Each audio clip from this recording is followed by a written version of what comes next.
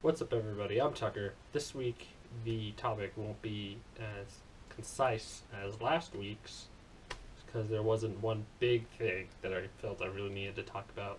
But there are a few things that, while still big, I don't think I have as much to say about them. So I'm just going to jam them all together. So last week, I was talking about DC's movie slate that they had just revealed. They're like, oh, we're doing all these movies up through 2020, get excited. Then yesterday, Marvel decided to release the trailer for Age of Ultron, the second Avengers movie. They were originally planning on not releasing it until the next episode of Agents of S.H.I.E.L.D. this coming Monday, but it got leaked. They tweeted about it, like, darn Hydra, why are you doing that to us? So at least, they were clever about getting leaked. They weren't too hurt. So there were a few things in that trailer that I wanted to point out. I'm not as into Marvel as I am to DC, so I don't have as much thoughts on it, but there's just a few things that I thought were kind of neat. First off, we got to see some footage of Quicksilver and Scarlet Witch, played by Aaron Taylor Johnson and Elizabeth Olsen, respectively. So that was pretty cool. Those are both interesting characters. Quicksilver was in X-Men Days of Future Past, the X-Men movie from earlier this year, but in Avengers 2, he's played by a different actor since different studio. They're going to have different people. The reason he is in both of these movies is because he's technically an X-Men. His dad is Magneto, so that's why he's in the X-Men movies. But he's prominent enough in the Avengers stories that the rights, as long as they don't mention that he's a mutant, him and his sister, Scarlet Witch, as long as they don't say anything about them being mutants or their dad Magneto or anything like that, they can appear in the Marvel movies. So they just went ahead and did that. They look like they're going to be pretty cool. Second, there is a shot in the trailer where you get to see Andy Serkis. They announced a while back he was going to be in this movie, but since he usually does motion capture, that's kind of what was assumed he'd be doing in this movie. But it was actually real life person Andy Serkis. He had a beard and stuff, and it looks like he is Ulysses Klaue, who's a villain that is pretty associated with Black Panther. So that means maybe Black Panther's going to have a cameo in this movie, or maybe in Phase 3 they're going to have a Black Panther movie. Either way, that'd be pretty cool. Black Panther's a cool dude. He's like the Marvel's African Batman, sort of. And also, just a little fun note. There's like music playing throughout the trailer, obviously. But it's actually a just kind of messed up version of a song from Pinocchio, talking about how he's got no strings. And that's kind of what the whole trailer is. Ultron's talking about he doesn't have strings, he's not a puppet anymore, and so he's evil now. So that was kind of funny Disney throwback there. That's the main stuff I wanted to talk about with that. Their Hulkbuster armor was shown off too, and that's kind of neat, but I'm not as excited about it as it seems the internet people are. And then today, Nintendo had a Smash Bros. Wii U specific Nintendo Direct, and at the very end of it, they announced that Mewtwo is going to be back in Smash Bros. If you buy the Wii U version and the 3DS version, come spring 2015, you'll be able to get Mewtwo as a free download. So that means they're probably going to do more DLC characters down the line. However, they said they're still working on them. They're not done yet. It takes a while to do every character. So they might be kind of spread out, or maybe they're working on a few right now all in conjunction. Who knows? But there's going to be at least one extra fighter for the new Smash Bros. So that's kind of cool. A lot of people have been wanting Mewtwo to come back. In the Direct, they also said that apparently you're going to be able to have up to 8 players at once on the Wii U version and local play, which is ridiculous because 4 people could get pretty hectic. Double that is just going to be nonsensical, chaotic, fun, maybe, but very difficult to actually do. So that should be interesting. It'll make it a lot easier for parties for swapping who's to play, because that'll cover it a lot of the time. So I guess that'll be good, but I doubt that'll be a way a lot of people want to play.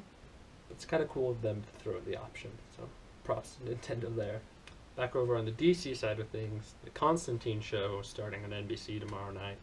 So if you're into more mystical demons and stuff, you should check that out. That's the mystical side of the DC universe. He's kind of big character over there. Also, both Flash and Arrow in their episodes this week had characters in them who are alter egos for DC superheroes. The Flash, they had Ronnie Raymond, who is half of the superhero Firestorm. It's kind of a complicated thing. He's fused with another guy in the comics, but he was there. He's probably going to come back as Firestorm at some point in the series, so keep your eyes out for that. Played by Robbie Amell, who is the cousin Stephen Amell, who is Green Arrow. That was a great segue. Wow, didn't even plan that. And then in Arrow, they introduced Ted Grant, who is also known as Wildcat, who's a really big boxer, a really talented fighter. I think he beat Batman a couple times in fisticuffs. But they introduced him, and looks like he's going to start training Laurel to be Black Canary, which in the comics is where Black Canary learned to fight from Wildcat. I didn't really plan on making these very superhero comic related videos, but that seems to be recurring last week and this week. Maybe it'll be a trend whenever things happen. I'll talk about it. I don't know. Let me know if you think it's a good idea. If you want to hear me talk about that stuff, kind of let you know things. I'm obviously not like reviewing it or giving super in-depth, just kind of fun things or things I thought were interesting. If you want to see more of that, go ahead, let me know in the comments or like it, share with your friends, you know, that sort of stuff. Positive feedback. Or if you don't want it, go say no, don't do that. Quit it, Tucker, we don't want to hear that. Since last week, DC had a big movie thing. This week, the main Marvel group had a big movie thing. So, you know, next week, Sony is probably going to do something for Spider-Man. The week after that, Fox is going to release something for X-Men Apocalypse. And they're all trying to outdo each other, and it's just part of them should work together. Sony and Marvel, and maybe Fox. So I don't know why they have to be all fighty with each other. Then on a much less interesting and more my actual personal life level, I had a test today in my comp sci class, and that went, The test could go either way. It could have gone well. It could be okay. You know, hoping at least to be. We'll see. I got a B on a test in my other comp sci class, so maybe it'll stay level. Or maybe since I did okay in one, I gotta do terrible in the other, because that's just how life works sometimes. I don't know. Hopefully not. Fun. Other fun news, Max Landis, the screenplay writer for Chronicle, released a 436-page Super Mario World screenplay that he wrote back when he was 19.